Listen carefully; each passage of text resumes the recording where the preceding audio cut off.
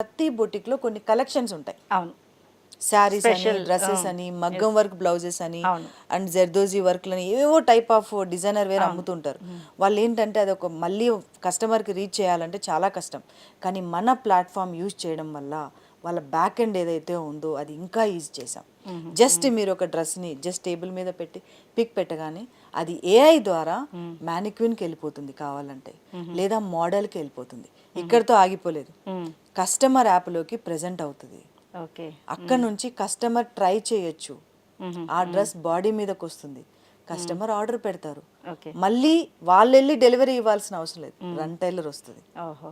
వచ్చి పికప్ తీసుకొని డెలివరీ ఇస్తారు. ఒకసారి రన్ టైలర్ యాప్ నేను డౌన్లోడ్ చేసుకున్నాను. నాకు సరే ఇందులో మీకు ఎవరెవరు ఉంటారు? వెండర్స్ ఉంటారు, మాకు అవును, బొటిక్స్ ఉంటాయి. అవును. అంటే నాకు ఒక క్లాత్ నచ్చింది, నేను అది చూస్ చేసుకున్నా. ఈ డ్రెస్ ఒక డిజైన్ నచ్చింది, అది డిజైన్ చూస్ చేసుకున్నా. బొటిక్స్ అందులో కూడా అంటే ఏ బొటిక్ లో కావాలనేది కూడా నేను చూస్ చేసుకోవచ్చు. అది ఇప్పుడు మొత్తం ఎంతమంది ఉంటారు, ఏంటి ఆ ప్రాసెస్ ఎలా ఉంటుందండి ఒకసారి క్లియర్ గా చెప్పండి. ఇప్పుడు బొటిక్స్ అనేది ఒక వర్టికల్, ఇది ఒకటి. అండ్ ప్రతి బొటిక్స్ ఏంటంటే షాపులు కూడా ఉన్నాయి. చాలా మంది శారీ షోరూమ్స్ అని, షాప్స్ అని చాలా పెట్టుకున్నారు, వాళ్ళు రావచ్చు. అన్నిటికంటే వీవర్స్. ఎస్, నేను ఒక టెక్ అవ్వచ్చు, బట్ ఐఎమ్ ఏ హ్యూమెన్.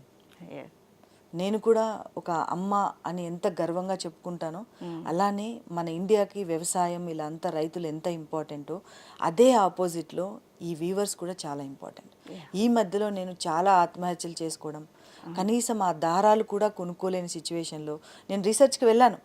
ఒక 2-3 months అన్ని ఏరియాస్ తిరిగాను. చాలా మంది కనీసం నన్ను ఇళ్ళల్లో కూడా రానియట్లేదు. ఎందుకంటే ఏం చేస్తారు వచ్చి, మా బాధ మీరు తీరుస్తారా, ఏం కనిపెడతారు మా కోసం, మార్కెట్లా మేము వెళ్ళి ఆడ అమ్ముకోవాలా, మేమేమన్నా కూరగాయల షాపా, దానికోసం మీరెందుకు అని చెప్తే ఆ ఒక్క ఆలోచన నన్ను ఇన్స్పైర్ చేసింది.